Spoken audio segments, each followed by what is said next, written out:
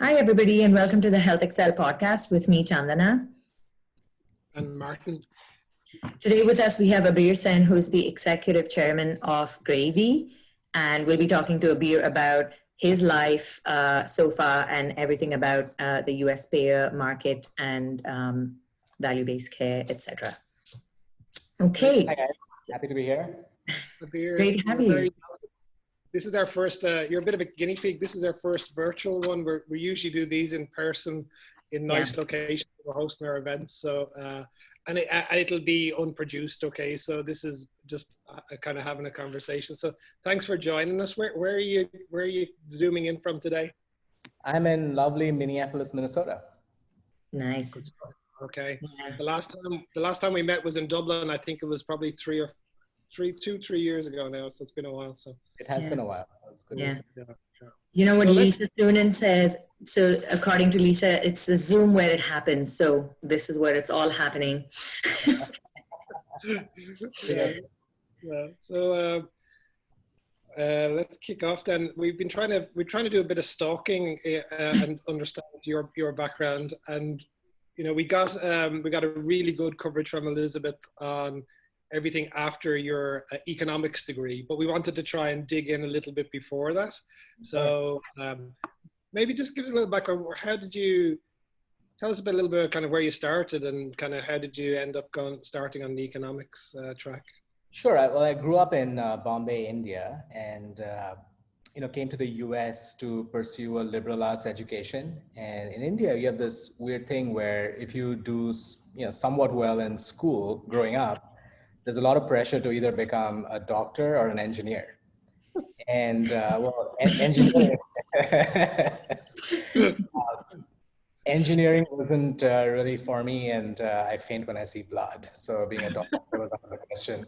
So liberal arts seemed like a good way to sort of postpone the decision. And the US obviously is probably one of the best places to get a liberal arts education. So I came here. Were you disowned by your parents by then, or they was just hanging on still? I think they held out hope until about maybe 2 years ago that somehow I'll become a doctor.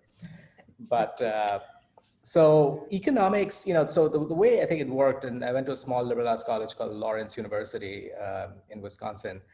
And economics was my major, but I also spent a lot of time in philosophy and the humanities as well.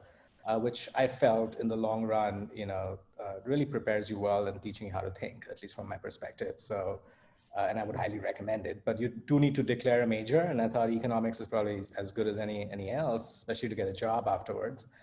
Right. And that's how the economics thing came about. But after that, as you alluded to, so I left Lawrence and joined a consulting firm, Deloitte, and we were really doing mergers and acquisitions for large health plans and health insurance. Can I stop you there? So yeah, sure. What was the path from economics degree into M&A and turnaround at Deloitte and in managed care and integrated? Yeah, I mean, as usually these things happens, it was serendipity. I mean, Deloitte happened to recruit on campus, and I really had a vague idea of what consulting was, but sounded good. And a lot of my friends were doing it. So ended up joining the Minneapolis office of Deloitte. And my first project just happened to be a healthcare project. And the way they staff first-time analysts is like, you're available, so get on the project. And I got interested in healthcare, partly I think because this was the late 90s, so a lot of things were changing and there was a lot of opportunity. So I really got interested in healthcare. I didn't really like consulting. So at about 9 months into it, a group of us that worked at Deloitte together left to start our first company, which was Dfinity Health, or became known as Dfinity Health. So at a short stint at consulting, when we started the company, we were all in our 20s. I was the youngest at 23, and I think the oldest guy was like 29. So it took us a while to figure out what we were doing. Yeah. But that was the start of sort of the first of the different companies that I've been involved in. It's interesting though, if you didn't like consulting, the default option would be, let me look for a different kind of job, but instead you decided to start your own thing. What was the stimulus that kind of drove you in that direction? Yeah, I think the stimulus was that nobody would give me the job that I wanted except myself. So, and that really was partly it. And I think also you got to remember the context of the time. This was the late 90s, and everybody was starting companies. Now, nobody was starting healthcare companies, so it took us 2.5 years to get financing. But it seemed to be the mood of the nation at the time, or the mood of the world for that matter. So This was what, the mid 90s, Abir? this was 98. Oh, okay, yeah, just before the .com. So that was. Yeah, that so was we the thing. raised our first round of financing, I think a month before the bubble burst. Okay. In 2000. Cool. And really the opportunity, Chandana, to answer your question perhaps a little bit more to the point is, as we're doing a lot of these M&A deals, we found that a lot of the companies were really losing money on an operating basis, but they were making money on insurance float. So these were really truly insurance companies, yet they wanted to be valued as something other than that. And they wanted to be valued as managed care companies, quote unquote, which was the indicator to us that fundamentally the business model was broken and there was probably a better way to design the way that health plans operated. And our fundamental sort of premise of Dfinity, which I think carries over to what we're doing at Gravie through all these years, is that you got to have the incentives of all the different parties aligned, specifically the consumer's incentives to be a good customer of care needs to be aligned, and starts with the plan design on the payer side. So that's how the account-based consumer-driven healthcare stuff came about. Okay, brilliant. So then how did that finish up? How did Dfinity finish up? So Dfinity, after the couple of years of banging our head against a wall, we did get funded, and then a couple of companies, large companies like Medtronic and others, decided to give us a shot and made us their health insurance option for their employees. And then really the company went through a period of rapid growth. So went to 0 to close to 100 million in revenue in under 4 years. Wow. And in the mid-side, so when the company got going, I decided to go to business school. So I left Dfinity in 2003, independent. That small place called Harvard, right? You did an MBA in that little zone. I did, don't hold it against me. And and while I was in business school, Dfinity got sold to United Health Group, which really was our main competitor. And they bought us out as a way to sort of eliminate a competitor, but also to bolster their consumer-driven healthcare abilities. And when I came back to Dfinity under United and spent a little bit of time there before I reconnected with some of my old founders, and we started Red Brick Health, which was the next venture. Okay, and was it the same gang again? Wasn't the same gang, but it was a couple of the same people. So it was two of the same founders. We had 7 founders at Dfinity. I think 2 of them and me. So 3 of us started Red Brick. And the idea was that, we thought we had learned maybe a few lessons about consumerism in healthcare, and especially on the payer side. And could we apply that to a kind of a pretty staid industry at the time, which was this employer health and wellness. And that was the basic idea behind Red Brick, is how do we sort of create a wellness program that actually works and gets people engaged and so on. And Red Brick just got sold a couple of years ago to a private equity firm and is now merged with Virgin Health. So still, going strong. And but that was the journey at Red Brick. Okay. Well, that basically sounds like you were on the ball well before this became a thing.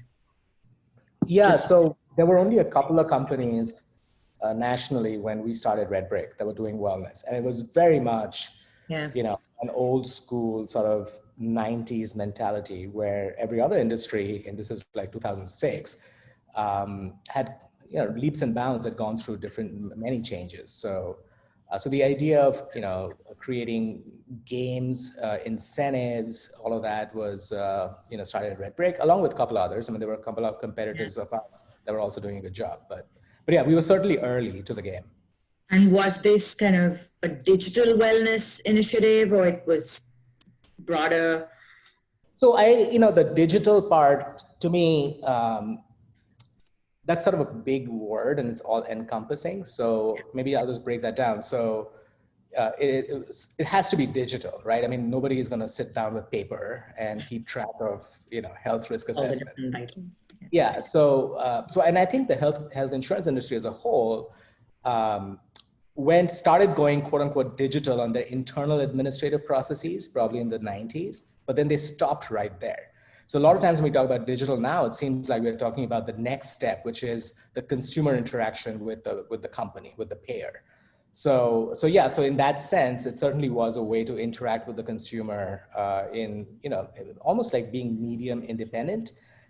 So I don't think in healthcare, especially my view is it's very hard to do one medium strategy. So I'll give you an example. So you may have a 25-year-old diabetic that wants to enroll in a wellness program through their iPhone, but you also may have a 65-year-old diabetic that doesn't, or you could flip it the other way, but the 25-year-old wants to call in. And the challenge is, how do you give the same experience and the same results for individuals, irrespective of what the medium is they choose? And oftentimes I feel like, there's a whiplash where people go, oh, we're going to go all digital and everything moves to the left. And we have, iPhone apps or Android apps for things that don't really make sense. So I think it's a combination of, digital and human interaction that for us seem to have worked throughout all the companies. Yeah.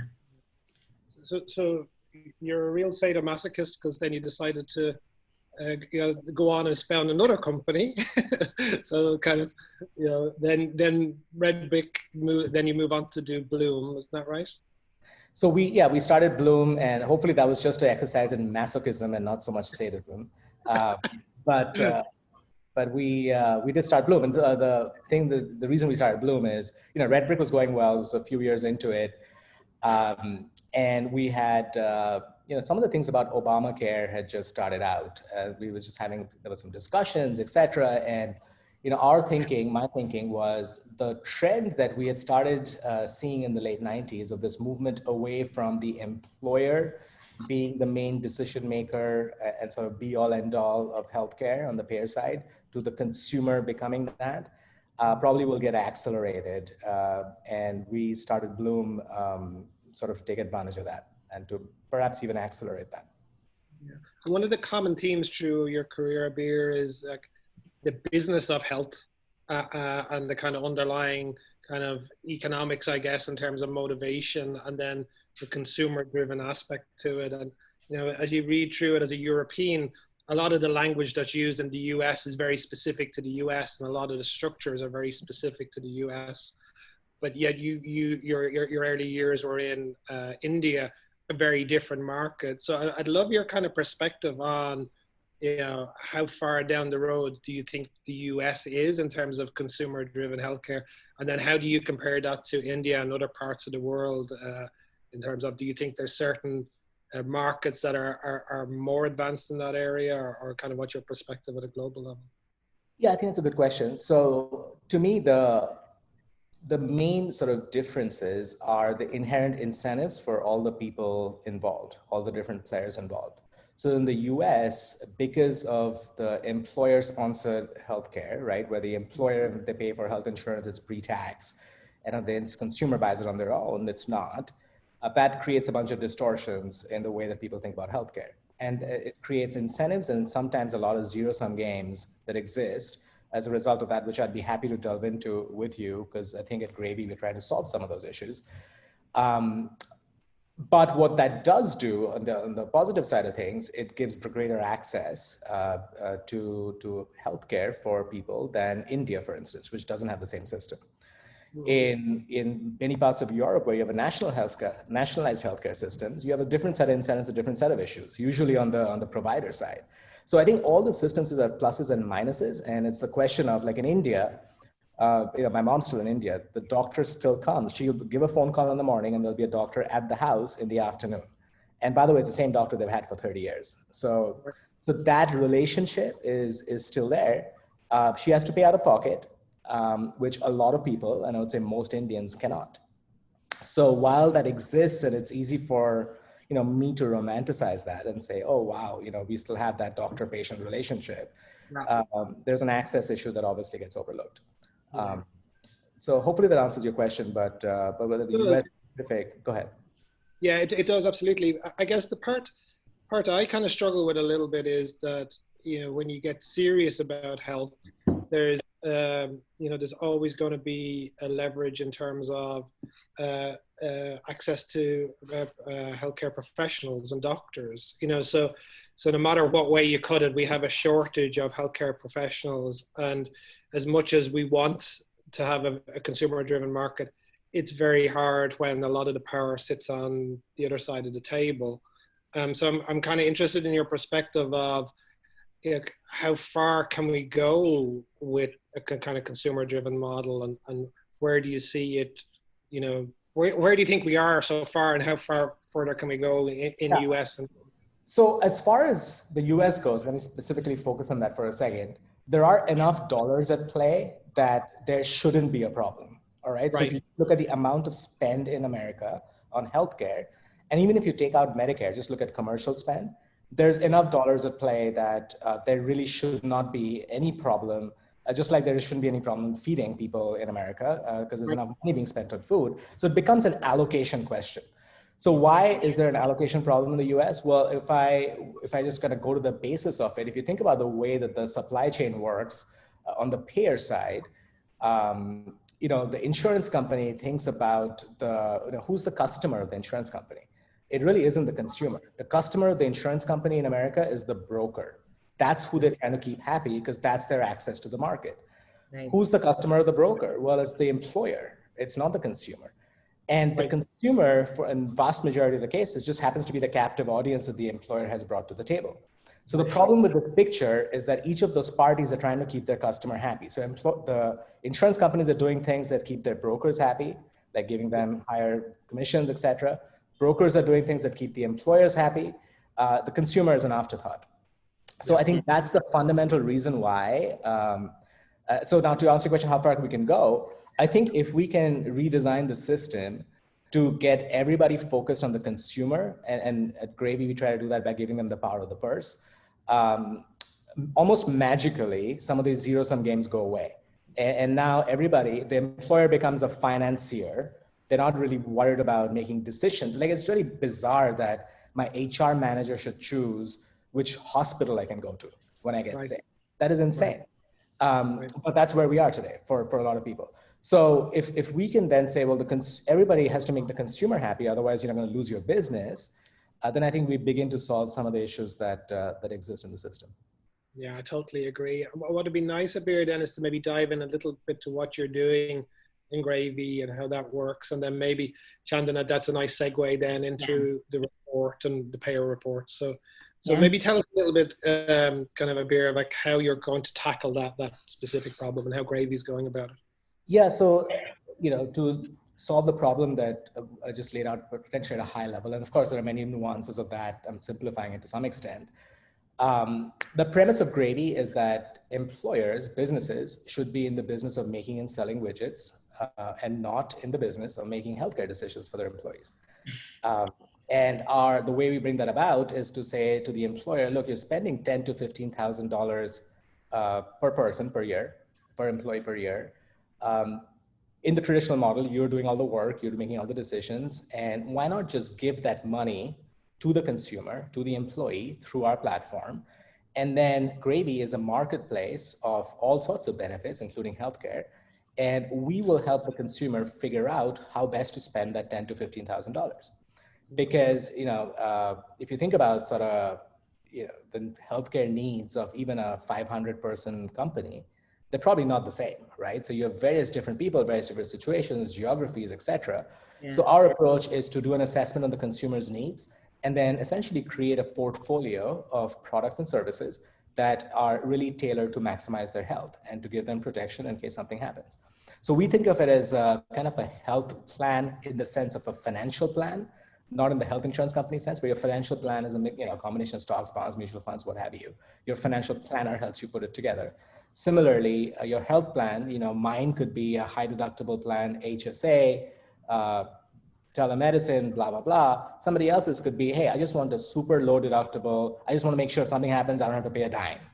And that could be the way they go. And one of the things we're seeing, and maybe I'm jumping a little bit ahead, Martin, to some of the things you'd want to talk about, we're seeing a disaggregation of the way healthcare is delivered to people. Yeah. And we think that the way people buy healthcare today is going to be, it looks different than how they do it tomorrow. And we see Gravie as a way to put all those different pieces together in a way that makes sense for the consumer, if that makes sense.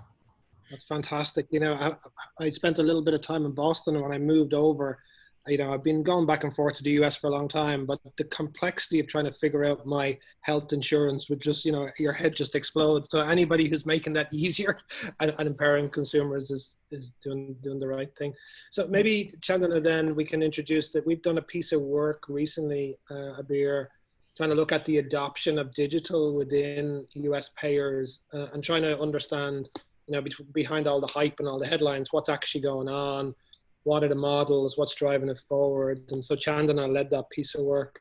We wanted to get your perspective on a couple of areas that we touched on in the report. So maybe Chandana, you can.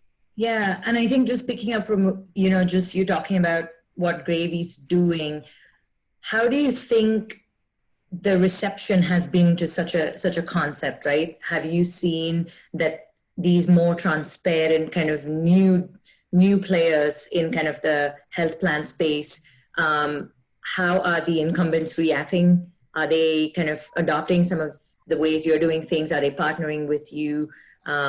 Just maybe talk a little bit about the reactions. Yeah, the reactions, as you would suspect, depend on what people's parochial interests are.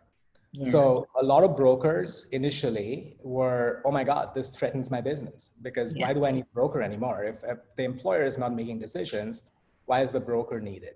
So we found some pushback from them. And then of course, many brokers got on board with us, and you know, we work with them. Benefit managers at large companies, oh my God, this will never work. You know, this is very complex. I was on a panel in actually, I won't name the company. It's a Fortune 500 company. And and I think their chief medical officer was just talking about how wonderful the current system is and how consumer-driven, you know, systems are meant to fail, which was insane. But then I suddenly thought about it. It's like, yeah, because if consumer-driven healthcare succeeds, you know, defined broadly, I don't mean it just HSA kind of things, but if consumerism in healthcare succeeds, then Fortune 500 companies don't need a chief medical officer unless you happen to be a healthcare company. This one was a tech company. So, so that sort of dawned on me, and it was kind of an exercise in futility. By the way, they were also our hosts. I probably shouldn't have been bad mouthing. But so, enough stage. I'm sorry? Please leave, Abir. But the fundamental thing, though, was that we liked the people that like us are the people that we want to be liked by, which is consumers like us. Our net promoter score is off the charts, right? It's in the 60s and 70s. And that's really, at the end of the day, all we care about. Now, we can't be completely blind to all the other, the ecosystem, and there's only so many people we can piss off before it starts to hurt us. But at the end of the day, the person I really care about is, how does the consumer feel about our services? Yeah. Okay. So there is some threat, but it's not. I think everybody can happily coexist, and we're letting the end user, the economic choice. I wouldn't go too far. I don't think everybody can happily coexist. I don't think the health plans of tomorrow are the health plans of today. I think there are a lot of insurance companies that are going to go out of business simply because they're not geared for survival. And I'm happy to sort of go a little bit deeper into why that is, unless I don't want to go off on a tangent, because I do feel strong about this. This is good. But that's interesting that you say that, because based on a lot of the conversations we had, one thing that's really clear is that they want to partner with people like you. They want to test the waters and see, okay, can we expand our suite of offerings? Can we become more consumer friendly? You know, how do we, I think there is a motivation to try and change some of that, but I'm sure you're closer to it because obviously, I guess you can say a lot of things, but any thoughts on, you know, do you see these type of integrations happening, whether it's in the form of partnerships, maybe two larger companies who have complementary capabilities coming together, kind of horizontal, vertical integrations? For sure. And I don't by no means mean to say that all health insurance companies are going to go out of business, because I think some are taking the right steps and are preparing themselves for whatever the future may hold. But let me perhaps just offer 2 points. One is, if you think about what a lot of health insurers in America what their main asset is, it's the value of the network discount that they've negotiated with providers, because that's Right. really what they're selling to employers is come with us and we'll give you a unit cost that's lower than the next guy. Yeah. Everything else is just, dressing, right? But that's the key thing. Yeah. Now, so that makes sense when the employer is making a decision, because the HR person wants to make sure that with that one decision, they're meeting everybody's needs. So if an Yeah. insurer has a very wide network with lots of good discounts all across the country, they have an advantage. If the consumer is buying, if I'm buying in Minneapolis, I care about having good hospitals and good doctors in Minneapolis. I could care less about good hospitals in Kansas, because I Yeah. probably wouldn't go to Kansas in the next 12 months. Not because I hate Kansas, just that I don't know reason to go there. So I can now, easily buy a plan that is very strong regionally and not terrible nationally, which was not the case if my employer, who has employees all across the country, has to make the decision. So if that network, and I think there are, some larger companies that are very network reliant, those are the ones that their business model won't make sense in the future. There are others that I think the Aetna CVS thing is a good deal. Yeah. I mean, we're beginning to see that bear fruit for CVS. To me, that deal made sense, and other insurers are also taking the right steps. So I think it'll sort of start separating the wheat from the chaff pretty quickly here. Okay. Pretty quickly, I mean 20 years. That's pretty quick. And then I guess, so you just mentioned there the Aetna CVS, you can see how it's benefiting CVS. Do you want to talk a bit more about that? Well, I mean, in the sense of it just gets them closer to the consumer. And, for Aetna, it becomes, they have a way now to reach the consumer where they Right. are. Through CVS channels. Yeah. For CVS, they have a benefit of actually affecting the back-end product design, which then affects the way people behave. Yeah. So they can design things at the back end that actually help them take advantage of the assets that they have in the front end. So in that sense, to me, that front end, back end alignment, at least in theory, makes sense. We'll see how they execute on it. Okay.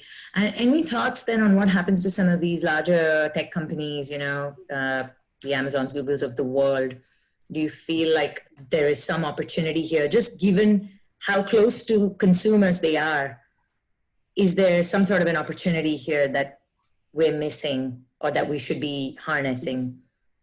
Well, I wouldn't presume to talk to Amazon and Google about their strategy, but in a bigger point, I think there are tons of companies that are close to consumers that have a good consumer brand. And by the way, that's not just all tech companies. I think there are plenty of other companies that have very strong consumer brands that can leverage that to essentially, because in healthcare, one thing that is scarce is a brand name. Like most health insurance companies don't necessarily have that brand recognition with consumers, or even if the recognition, they don't have the affinity that you do, in consumer tech, for instance. So I think there are large companies that are close to consumers that have a huge opportunity to come into healthcare. I don't think that many of them have really gone into it in a big way yet. But is that something we think about at Gravie as potential threats to us? For sure. Also potential, to the point you were making, Chandana, potentially opportunities for partnership as well. Yeah. Yeah. I just noticed that I have to upgrade to Pro, which is weird. I apologize, because I do have a Pro account. I'm just going to re-sign in. This is the downside of being our first guinea pig doing it remotely, Abir. So yeah.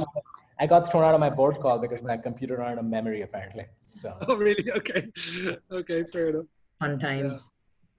So you think there are some insurers that will make this change? Do you think they'll do it by acquiring people like Gravie, or by bringing in consumer people, or how do you think the ones that will make the change will do it? I think the ones that make the change will do it by recognizing that what they need to have in terms of assets needs to make the consumer's life better, versus thinking that what they need to have as assets is meant to make the employer's life better, or the government's life better, or somebody else's life better. That's about as high level I can get it now. I mean, will they acquire people? Sure. Will some people do it in-house? Maybe a reinsurer comes in and becomes a health insurer tomorrow because they have the balance sheet to do it. So I think there are, I think, perhaps a futile errand to try and predict the future. But the ingredient for success, I think, is a set of assets that helps the consumer be better at health. Whether that be, when they get sick, somebody's taking care of them. If they want to stay healthy, they're helping them stay healthy. And then creating business models, and then of course the infrastructure that support the business models to succeed. So that's about as far that I think, at least I can see. Yeah, and I guess the good news is that that was kind of the message we got from all the people we spoke to, as well as part of that initiative, where, the member outcomes, obviously ROI for the company and their business model succeeding. I think that was definitely kind of the same sort of success metrics that people wanted to track aspirationally anyway. So I think that's quite aligned. Yeah. Any barriers that you see in terms of ROI, in terms of achieving some of these things that we just spoke about in terms of success metrics? I don't think the barrier is, to me, ROI necessarily. I think the barrier is the destruction of things that has made people successful in the last 20 to 30 years. So I think it's really hard for large companies to give up what has worked in the past to try something that they have no idea whether it's going to work or not. Yeah. Right now, what has worked in the past is getting in the way, especially for payers, in making the transition to the future. So I think that shows its head in when people talk about, I can't monetize my digital health investments. I think it simply means that you're not making the right investments, because there's a huge, that really hasn't happened in any other industry, where people say, I increased the technology in my business and, I'm worse off today. So clearly there's something else. Not a sustainable model, really, is it? Yeah. Right. How is the crisis, the COVID crisis, has it changed things in terms of become more consumer driven, do you think? For sure. From the provider side, for sure it has. Simply because people can't go to the doctor. They don't want to go to the doctor's office. So, as you guys know, telehealth has taken off, and more and more. The interesting thing is I'm actually seeing more startup companies also come by that are not just about telehealth as a consumer interface, but they're looking to change the infrastructure and the back end sort of processes that'll make telehealth better. So when you see sort of, to make the gold rush analogy, when you see people selling picks and shovels instead of just trying to mine for gold, you know that you're coming into the next stage of the river, of the opportunity. So the picks and shovel makers are essentially coming up now for telehealth. So I think that has advanced consumerism from that sense. Simply because if they're more, consumers become more invested in the way that they get healthcare, and then they begin to understand the trade-offs and price, et cetera, that cannot but help have an impact on the way we finance healthcare too. Right.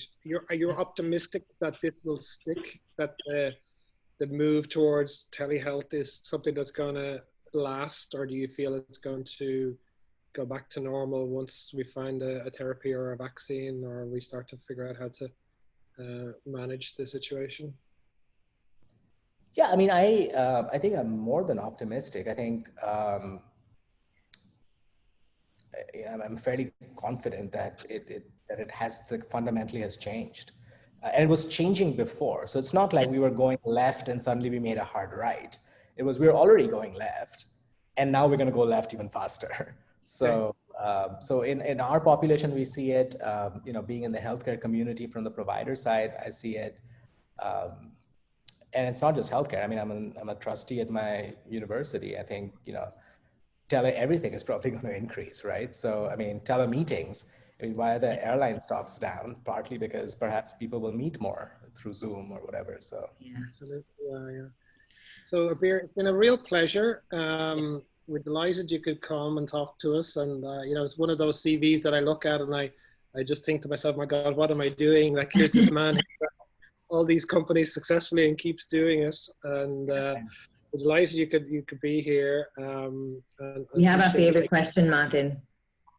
Yeah, I don't know whether you'd like this question that we're going to ask you if you weren't. I don't think this is a question you like, but we'll try it. If you weren't in Gravie in another world, what would you be doing? Well, I'll tell you why I don't like this question. Is the things that I would like to be doing, I'm not sure the world will let me do. So what I really like to be doing is to go out with a band, be the lead singer, But if you heard me sing, and maybe you did, maybe at some karaoke place, but that may not be the best thing for the world. But so that's the reason for my hesitation on answering your question. That's a fantastic answer. Okay, so I would suggest keep going with Gravie. That's going pretty well. So. Thank you so much for joining us. All right, thank you very much.